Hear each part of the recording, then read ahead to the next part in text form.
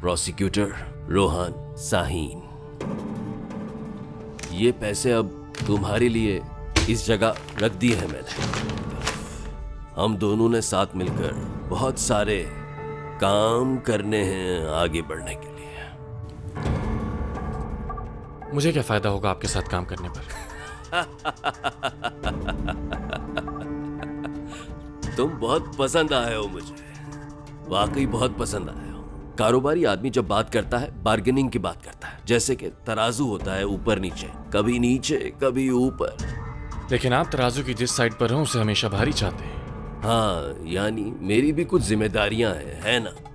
मैं अकेला नहीं हूं इस तराजू में, मेरे बच्चे भी हैं इस तरफ देखो, जिनमें से एक इंतहाई जज्बाती भी है और मुझे अपने उस जज्बाती बेटे को फायदा पहुंचाना है इससे। और थोड़ा बहुत फायदा इससे मुझे भी मिल जाए तो क्या बात है।